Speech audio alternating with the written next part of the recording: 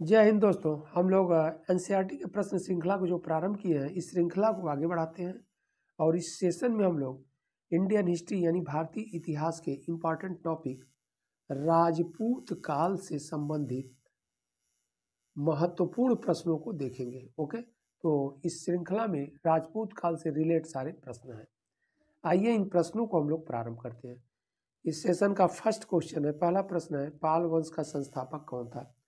Option A है Dharmpal, option B कह रहा है Devpal, option C Gopal and option D Rampal. इसका सही आंसर होगा सी गोपाल। एक्सप्लेन को भी हम लोग देख लेते हैं। पाल वंश की स्थापना बंगाल में राजनीतिक परिवर्तन के दौरान गोपाल नामक स्थानीय सामंत द्वारा की गई। यहाँ पर ध्यान रखना है, गोपाल को जनता द्वारा चुना गया था।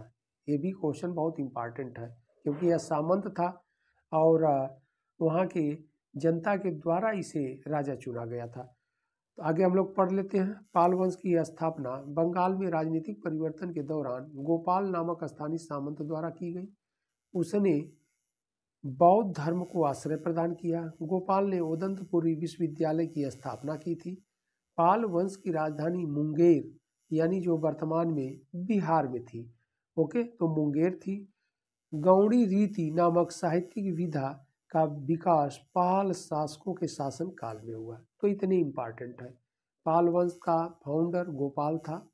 कहाँ स्थापना हुई? बंगाल में हुई थी। कब हुई थी? 750 में किया था, यानी 8वीं शताब्दी में किया था, 8वीं शताब्दी ईस्वी में। ओके, और इसने उदंतपुरी विश्वविद्यालय की स्थापना भी करवाई थी। राजधानी मुंगेर थी। तो इतने जो पॉइंट है बहुत इंपॉर्टेंट है एग्जाम के दृष्टिकोण से। अगले प्रश्न की हम लोग बढ़ते हैं। अगला प्रश्न है प्रश्न संख्या 2, क्वेश्चन नंबर 2, सोमपुर महाविहार का निर्माण किसने कराया था? यह भी बहुत इंपॉर्टेंट क्वेश्चन है। कुमारगुप्त फर्स्ट यानी प्रथम, ऑप्शन बी का रहा है हर्ष, ऑप्शन सी है धर्मपाल एंड ऑप्शन डी है विजय सेन। इसका सही आंसर होगा सी धर्मपाल। एक्सप्लेन को भी हम लोग देख लेते हैं। पाल वंश के द्वितीय शासक धर्मपाल ने 9वीं शताब्दी में सोमपुर महाविहार का निर्माण करवाया था। यह बौद्ध विहार बांग्लादेश के नौगांव जिले के पहाड़पुर में स्थित है, इसीलिए इसे पहाड़पुर बौद्ध विहार के नाम से भी जाना जाता है। इसकी खोज 1879 ईस्वी में कनिंघम ने की थी। 1985 ईस्वी में यूनेस्को ने इसे विश्व विरासत स्थल घोषित कर दिया। ओके, तो यह एक्सप्लेन भी इम्पॉर्टेंट है कि सोमपुर महाविहार का निर्माण धर्मपाल द्वारा करवाया गया और यह बौद्ध विहार वर्तमान में देखा जाए तो बांग्लादेश में चला गया है और नौगांव जिले के पहाड़पुर नामक स्थान पर स्थित है।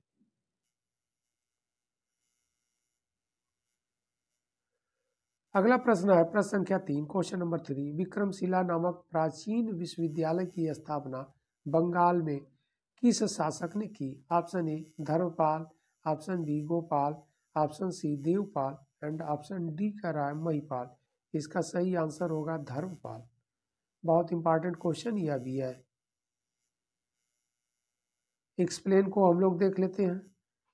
कह रहा है पाल शासक धर्मपाल ने बिहार राज्य के भागलपुर जिले में स्थित विक्रमशिला विश्वविद्यालय का निर्माण करवाया था तथा उसके रखरखाव के लिए 100 गांव यानी 100 विलेज दान में दिए थे। विक्रमशिला में 6 महाविद्यालय थे। प्रत्येक महाविद्यालय में एक प्रवेश द्वार होता था तथा प्रत्येक प्रवेश द्वार पर एक द्वार पंडित बैठता था। यहाँ के आचार्यों में दीपंकर श्री ज्ञान यानी ज्ञान श्री का नाम सर्वाधिक उल्लेखनीय है।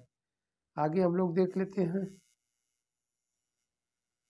आगे का रहा है 1203 ईस्वी में मुस्लिम आक्रमणकारी बख्तियार खिलजी ने विश्वविद्यालय को ध्वस्त कर दिया। इसने भिक्षुओं को सामूहिक हत्या करवाई। इसने भिक्षुओं की सामूहिक हत्या करवाई तथा ग्रंथों को जला दिया। उस समय विश्वविद्यालय के कुलपति शाक्य श्री भद्र थे। ओके, तो इतने पॉइंट ये सारे इंपॉर्टेंट है कि इस विश्वविद्यालय को किसके द्वारा नष्ट किया गया? तो मुस्लिम आक्रमणकारी बख्तियार खिलजी के द्वारा नष्ट किया गया।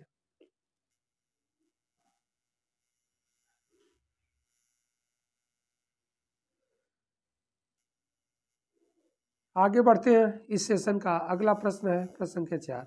निम्नलिखित में से किसने राष्ट्रकूट साम्राज्य की नींव रखी थी? ऑप्शन ए अमोघ वर्ष फर्स्ट यानी प्रथम, ऑप्शन बी कह रहा है Dantidurga, option C Dhruva and option D Krishna प्रथम। इसका सही आंसर होगा बी दंती दुर्ग। एक्सप्लेन को भी हम लोग देख लेते हैं। राष्ट्रकूट साम्राज्य का संस्थापक दंतीवर्मन या दंती दुर्ग था, जिसने 752 ईस्वी में चालुक्य राजा कीर्तिवर्मन को पराजित करके दक्कन के अधिकांश भागों को अपने अधिकार क्षेत्र में ले लिया था। दंती दुर्ग ने मान्यखेत या मालखंड को अपनी राजधानी बनाया। उसने महाराजाधिराज, परमेश्वर, परम भट्टारक आदि उपाधियां धारण की। तो यह सभी इंपॉर्टेंट है। संस्थापक कौन था? दंती दुर्ग या दंती वर्मन। और यह भी 8वीं शताब्दी में भी, यानी राष्ट्रकूट साम्राज्य की स्थापना भी 8वीं शताब्दी के मध्य में हुई। किसके द्वारा? दंती दुर्ग के द्वारा।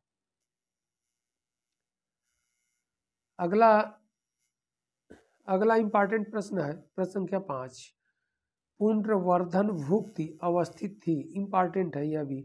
ऑप्शन ए उत्तरी बंगाल में, ऑप्शन बी बिहार में, ऑप्शन सी उड़ीसा में एंड ऑप्शन डी असम में। इसका सही आंसर होगा ए उत्तरी बंगाल में। ओके, एक्सप्लेन को भी हम लोग देख लेते हैं।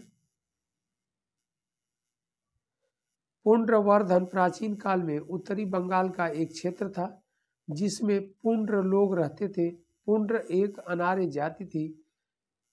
इनके क्षेत्र का विस्तार उत्तरी बंगाल के बाहर पाल, चंद्र एवं सेन राजाओं के शासनकाल में हुआ था। इस सेशन का अगला प्रश्न है क्वेश्चन नंबर 6।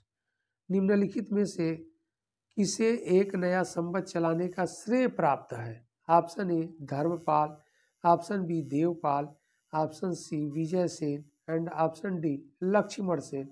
इसका सही आंसर होगा डी लक्ष्मण सेन द्वारा एक नया संवत चलाया गया। यह भी इंपॉर्टेंट क्वेश्चन है। आइए एक्सप्लेन को भी हम लोग देख लेते हैं। राजा लक्ष्मण सेन ने लक्ष्मण संवत नामक एक नया संवत चलाया। राजा लक्ष्मण सेन बंगाल के सेन राजवंश के चौथे शासक तथा बंगाल के अंतिम हिंदू शासक थे। लक्ष्मण सेन बल्लाल सेन का पुत्र एवं उत्तराधिकारी था। लक्ष्मण सेन ने बंगाल की राजधानी गौड़ के निकट ही एक अन्य राजधानी लखनऊ थी, जिसे लक्ष्मणवती भी कहते हैं, की स्थापना की। लक्ष्मण सेन वैष्णव धर्म के अनुयायी था। तो इतने पॉइंट इंपॉर्टेंट है। यानी लक्ष्मण सेन जब गद्दी पर बैठा तो इसने एक संवत चलाया अपने नाम का, यह नया संवत चलाया। ओके, इसका शासनकाल था 1178 से 1206 ईस्वी तक।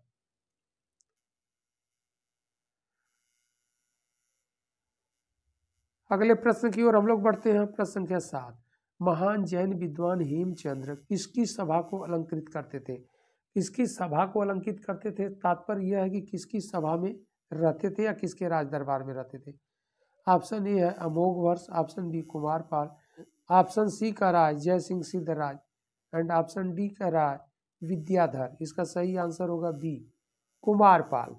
ओके, कुमारपाल के समय में या कुमारपाल के राज दरबार में यह रहते थे। एक्सप्लेन को भी हम लोग देख लेते हैं। महान जैन विद्वान हेमचंद्र कुमारपाल के शासनकाल में सलाहकार के रूप में कार्य करते थे। हेमचंद्र कलिकाल सर्वज्ञ के नाम से भी जाने जाते थे। ओके, बहुत इंपॉर्टेंट यह टर्मोलॉजी है, एग्जाम में पूछा भी गया है। तो कालिकाल सर्वज्ञ के नाम से जाने जाते थे। इनका जन्म गुजरात के धुंधकार नगर में हुआ था। सोलंकी वंश के शासक राजा सिद्धराज जय सिंह के धर्मोपदेशक थे। हेमचंद्र ने कहा था कि स्वतंत्र आत्मा के आश्रित ज्ञान ही प्रत्यक्ष है।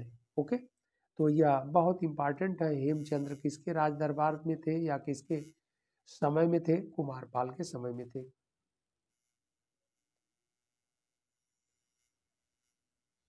अगला प्रश्न संख्या 8। ताम्रपत्र लेख दर्शाते हैं कि प्राचीन काल में बिहार के राजाओं का संपर्क था। ऑप्शन ए है बर्मा से, ऑप्शन बी थाईलैंड से, ऑप्शन सी कंबोडिया से and option D Java Sumatra से। इसका सही आंसर होगा डी, जावा सुमात्रा से। ओके,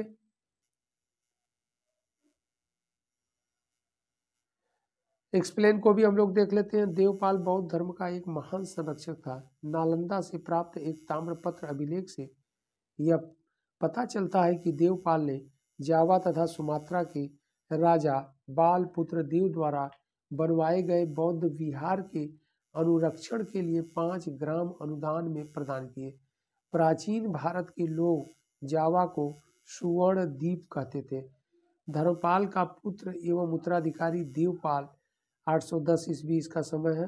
देवपाल 810 ईस्वी में पाल वंश की गद्दी पर बैठा। इसने मुंगेर को अपनी राजधानी बनाया था। ओके, तो इतने पॉइंट इंपॉर्टेंट है।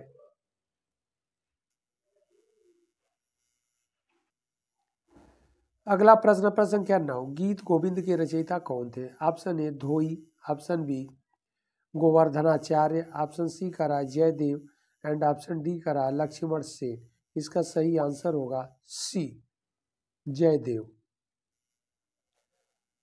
एक्सप्लेन को भी हम लोग देख लेते हैं। कह रहा संस्कृत भाषा के महाकवि जयदेव बंगाल के शासक लक्ष्मण सेन के दरबारी कवि थे। इन्होंने राधा कृष्ण के प्रणय यानी प्रेम पर आधारित गीत गोविंद की रचना की, जो संगीत प्रधान ग्रंथ है। इनकी अन्य रचना रतिमंजरी थी। लक्ष्मण सेन के राज दरबार में पवन दूतम के लेखक धोई भी रहते थे। तो इतनी इम्पॉर्टेंट है कि संस्कृत भाषा के महाकवि जयदेव बंगाल के शासक लक्ष्मण सेन के दरबार में रहते थे और इन्होंने गीत गोविंद की रचना की थी। और इसके अलावा धोई भी रहते थे जिन्होंने पवन दूतम नामक ग्रंथ की रचना की थी। ओके, अगले प्रश्न की ओर हम लोग बढ़ते हैं। अगला प्रश्न है प्रश्न संख्या 10, क्वेश्चन नंबर 10। हमीर महाकाव्य में चौहानों को बताया गया है। बहुत इंपॉर्टेंट क्वेश्चन है। Option A Chandravanshi, option B Brahmin, option C Yaduvanshi and option D Suryavanshi. इसका सही आंसर होगा डी, सूर्यवंशी बताया गया है। एक्सप्लेन को भी हम लोग देख लेते हैं। हमीर महाकाव्य के रचयिता नयन चंद्र सूरी थे।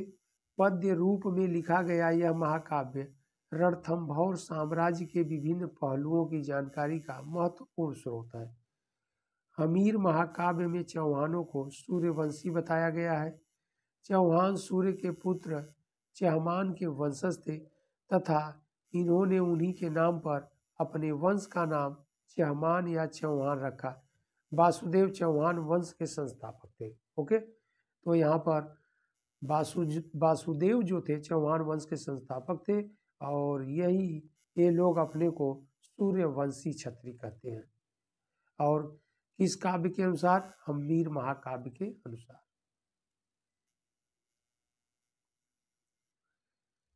अगला प्रश्न है इस सेशन का अगला प्रश्न संख्या 11। कह रहा है निम्नलिखित युग्मों में से कौन एक सुमेलित नहीं है? ऑप्शन ए कह रहा है अब्दुल रहमान हमीर रासो। हमीर रासो तो यह सुमेलित नहीं है क्योंकि हमीर रासो की रचना सारंगदेव द्वारा किया गया है। ऑप्शन बी कह रहा है चंद्रबरदाई पृथ्वीराज रासो, यह सही है। ऑप्शन सी कह रहा है जगनिक आल्हा खंड, यह भी सही है। ऑप्शन डी कह रहा है नरपति नाल विसल देव रासो, यह भी सही है। तो इसमें कह रहा है कि सुमेलित नहीं है, तो इसका ए जो है यही सुमेलित नहीं होगा। ओके, इस एक्सप्लेन को भी हम लोग देख लेते हैं। हमीर रासो की रचना सारंगदेव ने की थी। पृथ्वीराज रासो की रचना चंद्रबरदाई ने किया था और यह चंद्रबरदाई जो है बड़ा इंपॉर्टेंट है। पृथ्वीराज रासो की रचना चंद्रबरदाई पृथ्वीराज चौहान तृतीय के राज दरबार में रहते थे। ओके, आगे का रहा है आल्हा खंड की रचना जगनिक ने एवं विसल देव रासो की रचना नरपति नाल ने की थी। तो यह इंपॉर्टेंट है।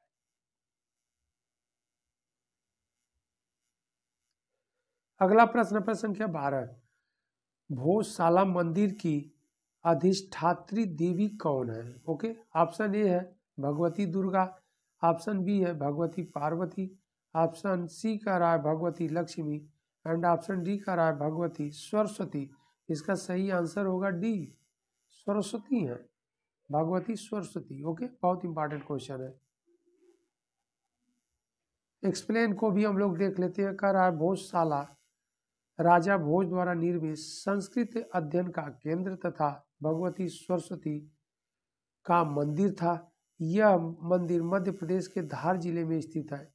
1269 ईस्वी से ही मुस्लिम शासकों ने अलग अलग समयों में भोजशाला मंदिर पर आक्रमण किया, जिसे हिंदू राजाओं ने विफल कर दिया। 1305 ईस्वी में अलाउद्दीन खिलजी ने भोजशाला पर आक्रमण कर वाग देवी की प्रतिमा को खंडित कर दिया। भोजशाला के भागों को भी ध्वस्त कर दिया। वर्तमान में भोजशाला कमाल मौला मस्जिद परिसर में स्थित है। तो वर्तमान में यह कहाँ पर स्थित है? कमाल मौला भोजशाला कमाल मौला मस्जिद परिसर में स्थित है। तो यह एक्सप्लेन बड़ा इंपॉर्टेंट है।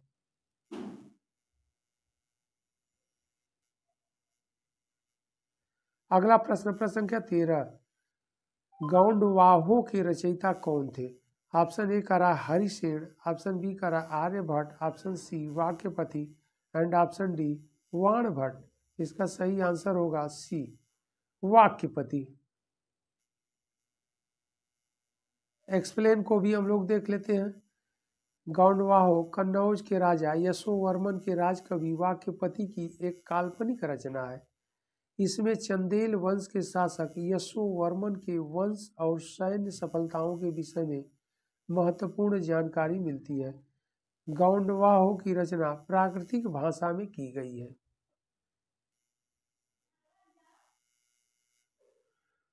इस सेशन का अगला प्रश्न, प्रश्न संख्या 14, कल्हड़ की राजतरंगड़ी को किसने आगे बढ़ाया? ऑप्शन ए कह रहा है विल्हड़ एवं मेरुतुंग, ऑप्शन बी है विल्हड़ एवं मम्मट, ऑप्शन सी है जोन राज एवं मेरुतुंग, ऑप्शन डी है जोन राज एवं श्रीवर। इसका सही आंसर है डी। ओके, जोन राज एवं श्रीवर ने कल्हड़ की राजतरंगड़ी को आगे बढ़ाया। और कल्हड़ की राजतरंगड़ी से, इस पुस्तक से कहाँ के इतिहास की जानकारी मिलती है? कश्मीर के इतिहास की जानकारी। तो यह आपसे क्वेश्चंस पूछा जाता है एग्जाम में। एक्सप्लेन को भी हम लोग देख लेते हैं। एक्सप्लेन कह रहा है जोन राज प्रज्ञा भट्ट एवं श्रीवर ने कल्हड़ की राजतरंगड़ी को आगे बढ़ाया। उन्होंने द्वितीय राजतरंगड़ी की रचना की, जिसमें 1149 से 1450 ईस्वी तक के कश्मीर के इतिहास के विषय में जानकारी मिलती है। श्रीवर द्वारा रचित जैना राजतरंगड़ी से 1459 से 1486 ईस्वी तक के कश्मीर के इतिहास की जानकारी मिलती है। राजतरंगड़ी का शाब्दिक अर्थ राजाओं की नदी। इस पुस्तक के अनुसार कश्मीर का नाम कश्यप मेरु था। ओके, तो यह भी इम्पॉर्टेंट है कि राजतरंगड़ी में कश्मीर का क्या नाम दिया गया है? कश्यप मेरु। अगला प्रश्न, प्रश्न संख्या 15, राजतरंगड़ी के लेखक कल्हड़ के समय कश्मीर का शासक कौन था? ऑप्शन ए जय सिंह, ऑप्शन बी हर्ष, ऑप्शन सी गोविंद चंद, ऑप्शन डी कह रहा है जयचंद्र। इसका सही आंसर होगा ए जय सिंह। बहुत इंपॉर्टेंट यह क्वेश्चन है। एक्सप्लेन को भी हम लोग देख लेते हैं। कह रहा है राजतरंगड़ी कल्हड़ द्वारा रचित एक संस्कृत ग्रंथ है। किस भाषा में लिखा गया है? लैंग्वेज क्या है? संस्कृत है। ओके, वे कश्मीर के शासक जय सिंह के राज दरबार में रहते थे और जय सिंह का शासनकाल 1128 से 1154 था। राजतरंगड़ी की रचना का काल 1147 से 1149 ईस्वी तक बताया जाता है। इस पुस्तक के अनुसार कश्मीर का नाम कश्यप मेरु था। यह ऋषि कश्यप के नाम पर था। ओके, जो ब्रह्मा के पुत्र ऋषि मरीचि के पुत्र थे। यह संस्कृत में उपलब्ध रचनाओं में प्रथम महत्वपूर्ण रचना है। जैनुल आबदीन को कश्मीर का अकबर कहा जाता है। तो यह इम्पॉर्टेंट पॉइंट है कि जय सिंह जो लोहार वंश के अंतिम शासक थे, तो यह भी जानते रहिएगा आप लोग कि कश्मीर के जो शासक जय सिंह थे लोहार वंश से संबंधित थे और लोहार वंश के अंतिम राजा थे। इन्हीं के राज दरबार में कल्हड़ रहते थे, जिन्होंने राजतरंगड़ी नामक पुस्तक यानी ग्रंथ की रचना की। ओके, और संस्कृत भाषा में। अगला प्रश्न संख्या 16, निम्नलिखित में से कौन सा ग्रंथ राणा कुंभा की रचना नहीं है? बहुत इंपॉर्टेंट क्वेश्चन है। रसिक प्रिया, सुधा प्रबंध, ऑप्शन सी कह रहा है नृत्य रत्न कोश, ऑप्शन डी कह रहा है कलानिधि। इसका सही आंसर होगा डी, कलानिधि राणा कुंभा की रचना नहीं है। इंपॉर्टेंट क्वेश्चन है। एक्सप्लेन को भी देख लेते हैं। एक्सप्लेन कह रहा है मेवाड़ नरेश राणा कुंभा संगीत की 3 विधाओं गीत, वाद्य एवं नृत्य के विद्वान थे। उनकी पुत्री रमाबाई भी संगीत शास्त्र की ज्ञाता थी, जिसे बागेश्वरी उपनाम मिला था। राणा कुंभा ने संगीत मीमांसा, रसिक प्रिया, संगीत राज, सुधा प्रबंध, संगीत रत्नाकर टीका, कामराज रतिसार, नृत्य रत्न कोश आदि ग्रंथों की रचना की। मेवाड़ नरेश राणा कुंभा की मृत्यु अपने ही पुत्र उदा सिंह के हाथों हुई। तो यह इम्पॉर्टेंट है। तो इनकी कितनी कृतियां हैं? तो संगीत मीमांसा, रसिक प्रिया, संगीत राज, सुधा प्रबंध, संगीत रत्नाकर टीका, कामराज रतिसार और नृत्य रत्न कोश आदि ये प्रमुख हैं। ओके, तो यह बहुत ही इम्पॉर्टेंट है।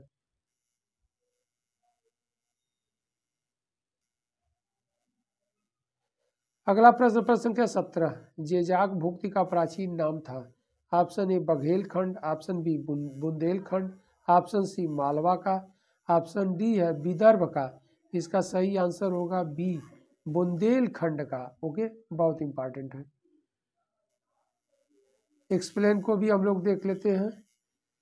चंदेल अभिलेखों में पूर्ववर्ती नरेश वाक्यपति के पुत्र जयशक्ति का उल्लेख आता है।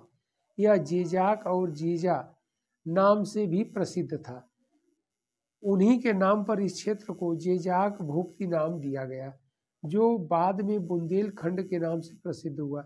जेजाक भुक्ति के प्रारंभिक शासक प्रतिहार शासकों के सामंत थे। इन्होंने खजुराहो को अपनी राजधानी बनाया। ओके, खजुराहो को अपनी कैपिटल यानी राजधानी बनाया। इस काल में निर्मित कंदरिया महादेव का मंदिर शैव धर्म तथा चतुर्भुज मंदिर वैष्णव धर्म से संबंधित है। तो यह बहुत इंपॉर्टेंट है। अगला प्रश्न संख्या 18 कह रहा है दिल्ली शहर की स्थापना किसने की? बहुत इंपॉर्टेंट क्वेश्चन है। Option A Khilji, option B Lodi, option C Tomar और ऑप्शन डी तुगलक। इसका सही आंसर होगा सी, तोमर शासकों के द्वारा किया गया था दिल्ली शहर की स्थापना। ओके, और वह भी अनंगपाल तोमर के द्वारा। और खिलजी गलत हो जाएगा। खिलजी जो तुर्क लोग थे। लोधी से तात्पर्य है लोधी वंश और एक तुगलक वंश। तो इन शासकों के द्वारा नहीं किया गया था, अपितु तोमर शासकों के द्वारा किया गया था। एक्सप्लेन को भी हम लोग देख लेते हैं। दिल्ली की स्थापना तोमर वंश के शासकों द्वारा की गई थी। इन्होंने वर्तमान दिल्ली की स्थापना दिहलिका अथवा ढिल्लिका के नाम से की थी। इन्होंने दिल्ली के पहले राजकोट शहर की स्थापना की थी। इसके उपरांत 7 और शहर बसाए गए, यानी 7 शहर जो बसाए गए सीरी, दीनपना, राय पिथौरा, फिरोजाबाद, जहांपना, तुगलकाबाद और शाहजहानाबाद। ओके, राय पिथौरा पृथ्वीराज चौहान के समय में बसाया गया। ओके, और शेष जो है यह मुस्लिम शासकों के समय में, सीरी अलाउद्दीन खिलजी के समय में, तो मुस्लिम शासकों के समय में बसाया गया था। अगला प्रश्न संख्या 19 कह रहा है पृथ्वीराज चौहान ने किससे विवाह किया था? ऑप्शन ए है Kishravati, option B Purvavati, option C Sanyogita and option D Saumyavati. इसका सही आंसर होगा सी, संयोगिता। एक्सप्लेन को भी हम लोग देख लेते हैं। पृथ्वीराज चौहान यानी पृथ्वीराज तृतीय चौहान वंश का सबसे प्रसिद्ध और प्रतापी राजा था। इसे राय पिथौरा भी कहा जाता है। यह 1178 ईस्वी में दिल्ली की गद्दी पर बैठा।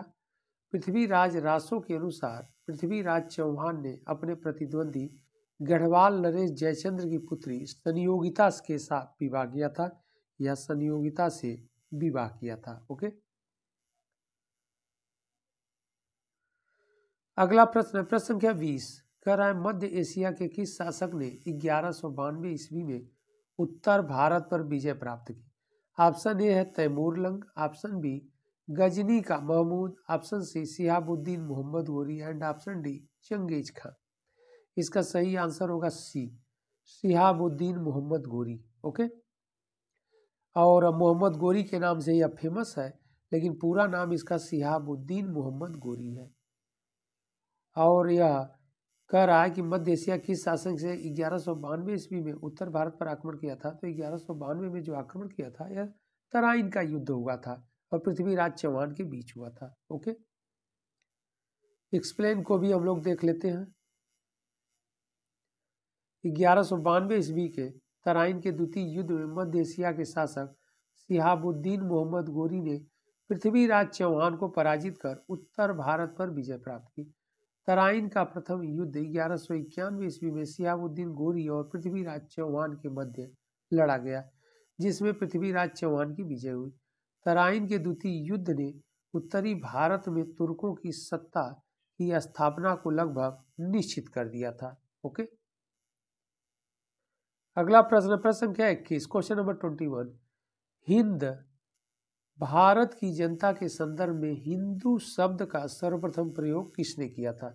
ऑप्शन ए है यूनानियों ने, ऑप्शन बी है रोमवासियों ने, ऑप्शन सी है चीनियों ने एंड ऑप्शन डी है अरबों ने। इसका सही आंसर होगा डी, अरबों ने। ओके, एक्सप्लेन को भी हम लोग देख लेते हैं। एक्सप्लेन कर रहा है अरबों ने हिंद यानी भारत की जनता के संदर्भ में हिंदू शब्द का सर्वप्रथम प्रयोग किया। ईरानियों ने इस देश को हिंदुस्तान तथा यूनानियों ने इंडिया से संबोधित किया। चीनियों ने भारत को ईन्तु से संबोधित किया। ईन्तु भी बहुत इंपॉर्टेंट है, आपसे कई बार एग्जाम में पूछा गया है।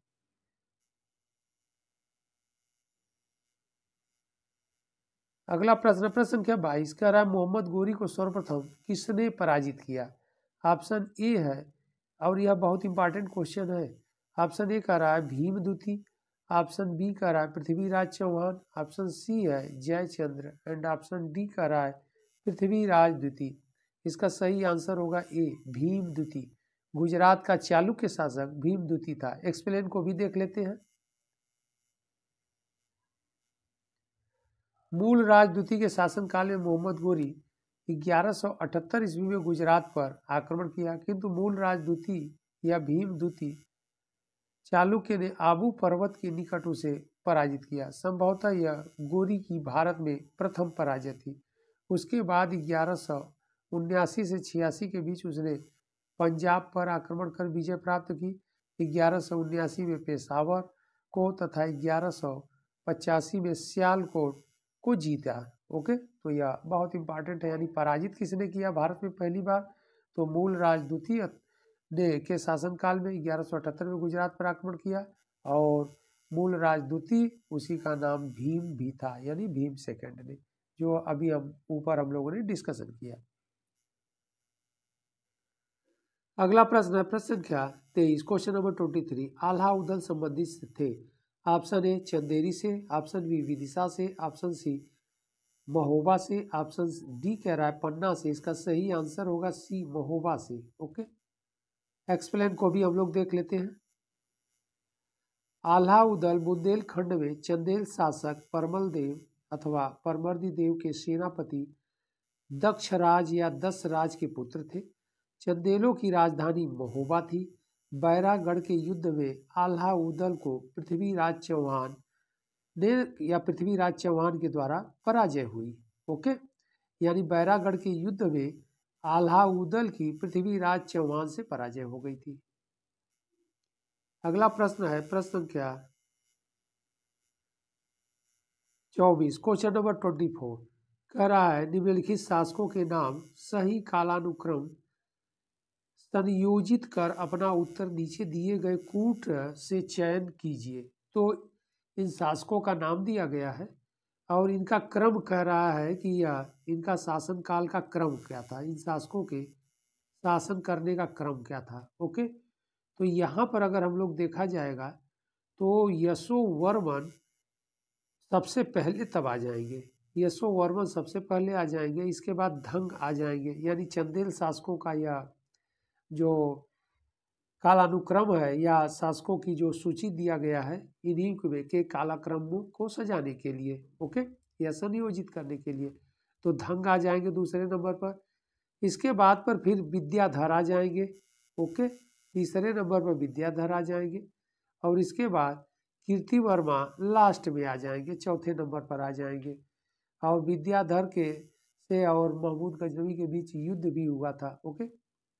तो इसका मतलब यह हो जाएगा कि 3 हो गया, 2 हो गया और 1 नंबर 3 पर है। इसके बाद लास्ट में 4 है। 3 2 1 4, 3 2 1 4 किस में आ जाएगा? फर्स्ट में। इसका सही आंसर ए होगा, ओके। एक्सप्लेन को भी हम लोग देख लेते हैं। यहाँ पर शासनकाल भी दे दिया है विद्याधर का 1019 से 1029, महाराजा अधिराज धंग 950 से 1002, यशोवर्मन 930 से 950, कीर्तिवर्मन 1060 से 1100 ईस्वी, ओके।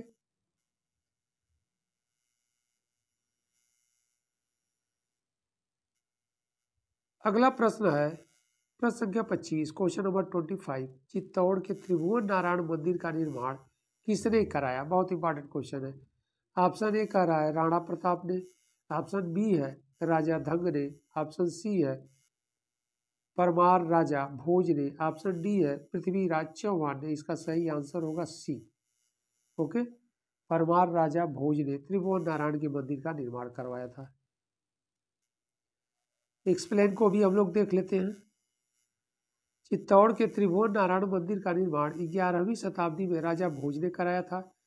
इसलिए इस मंदिर को भोज का मंदिर व नारायण का विशाल शिवालय नाम से जाना जाता है। वर्ष 1428 में महाराणा मोकल यानी मेवाड़ के शासक 1421 से 1433 ईस्वी ने इसका जीर्णोद्धार कराया था, ओके, यानी रिकंस्ट्रक्शन, पुनः इनका निर्माण करवाया था। अगला प्रश्न संख्या 26, क्वेश्चन नंबर 26। सुवर्ण द्वीप का वह राजा कौन था जिसने नालंदा में एक बौद्ध विहार की स्थापना की तथा उसके रख रखाव हेतु अपने दूत द्वारा देवपाल से 5 गांव दान देने के लिए प्रार्थना की? ऑप्शन ए है धरणी चंद, ऑप्शन बी कह रहा है संग्राम धनंजय, और ऑप्शन सी कह रहा है बालपुत्र देव, एंड ऑप्शन डी कह रहा है चूड़ामणि वर्मन। इसका सही आंसर होगा सी, बालपुत्र देव, ओके। एक्सप्लेन को भी हम लोग देख लेते हैं। सुवर्ण द्वीप यानी सुमात्रा इंडोनेशिया के शासक बालपुत्र देव ने नालंदा में एक बौद्ध विहार की स्थापना की तथा उसके रख रखाव हेतु अपने दूत द्वारा देवपाल से 5 गांव देने के लिए प्रार्थना की थी। तो यह एक्सप्लेन भी इंपॉर्टेंट है। अगला प्रश्न संख्या 27, क्वेश्चन नंबर 27। निम्नलिखित में से किन राजाओं को जनता द्वारा चुना गया था? बहुत इंपॉर्टेंट है। यानी वंशानुगत रूप से वो गद्दी नहीं पाए थे, अपितु जनता के द्वारा चुना गया था।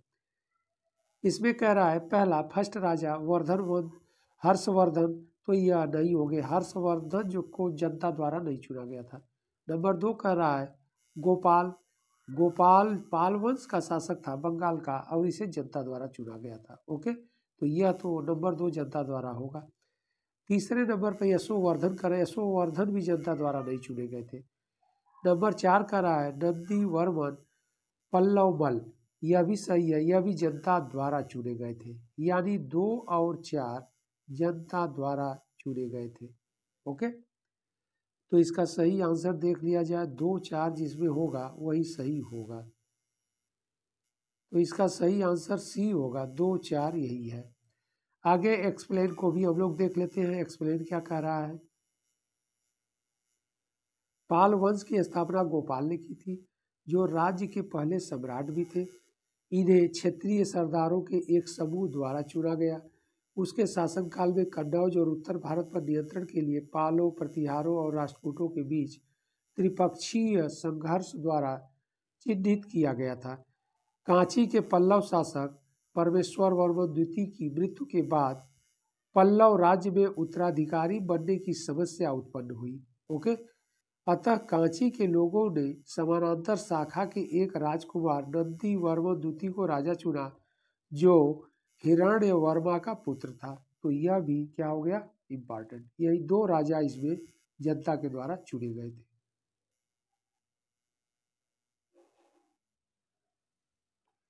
अगला प्रश्न है प्रश्न संख्या 28, क्वेश्चन नंबर 28। कह रहा है निम्नलिखित युग्मों पर विचार कीजिए। एक तरफ राजा का नाम दिया है और दूसरी तरफ राजवंश का, यानी राजा और किस राजवंश से बिलोंग कर रहे हैं। ओके, तो नंबर 1 कह रहा है, फर्स्ट कह रहा है नानुक। नानुक और वंश में दिया है चंदेल, तो यह तो सही है। नानुक जो है चंदेल राजवंश से रिलेट है या संबंधित है। ओके, इसके बाद अगला कह रहा है नंबर 2 कह रहा है जय शक्ति परमार, यह गलत है, जय शक्ति परमार से नहीं है। नंबर 3 कह रहा है नागभट्ट द्वितीय गुर्जर प्रतिहार, यह सही है। नागभट्ट द्वितीय जो है गुर्जर प्रतिहार वंश से संबंधित थे या राजवंश से रिलेटेड थे। इसका मतलब 1 और 3 ये दोनों सभी हैं, सही है। चौथे नंबर पर है भोज। भोज राष्ट्रकूट, यह भी गलत है, भोज राष्ट्रकूट से रिलेट नहीं है। तो यहाँ पर 1 और 3 सही है। ओके, ऑप्शन में हम लोग देख लेते हैं कि क्या कह रहा है। 1 और 3 कह रहा है, तो यहाँ पर ऑप्शन कुछ इस तरह का बनाया है, उपर्युक्त युग्मों में कितने सही सुमेलित हैं। ओके, इस तरह के भी प्रश्न आपसे एग्जाम में पूछे जाते हैं। तो ऑप्शन ए कह रहा है केवल एक युग्म सही है, ये तो गलत है, केवल एक नहीं 2 युग्म सही है। ओके, और बी कह रहा है केवल 2 युग्म, यही सही होगा, केवल बी 2 युग्म सुमेलित हैं, 1 और 3। ओके, सी कह रहा है केवल 3 युग्म सुमेलित हैं, गलत, यह भी गलत है, 3 युग्म नहीं है 2 युग्म है। डी कह रहा है सभी चारों युग्म, ये भी गलत है। इसका मतलब इसका सही आंसर होगा बी। इस तरह के भी प्रश्न आपसे एग्जाम में पूछे जाते हैं। ओके, इसके एक्सप्लेन को भी हम लोग देख लेते हैं। एक्सप्लेन क्या कह रहा है, नॉलेजेबल है, एक्सप्लेन भी नॉलेजेबल है, देख लिया जाए। कह रहा है नानुक चंदेल वंश का संस्थापक था। ओके, नागभट्ट द्वितीय गुर्जर प्रतिहार शासक था। जय शक्ति जेजा और विजय शक्ति वीजा वाक्यपति के पुत्र थे। ओके, महोबा शिलालेख में उल्लेख है कि चंदेल क्षेत्र का नाम जय शक्ति के नाम पर जेजाग भुक्ति रखा गया और राजा भोज परमार वंश से संबंधित था, और जो राजा भोज थे वह परमार वंश से रिलेट थे, संबंधित। तो यह इस सेशन के सारे इंपॉर्टेंट क्वेश्चन थे। आप लोग इन प्रश्नों को अच्छे से देखिएगा। फिर इंपॉर्टेंट प्रश्नों की श्रृंखला के साथ हम लोग मिलते हैं अगले भाग में, और आप लोग चैनल को सब्सक्राइब अवश्य कर दीजिएगा, जिससे मेरा उत्साह वर्धन भी होता रहे। और फिर हम लोग मिलते हैं अगले भाग में। धन्यवाद।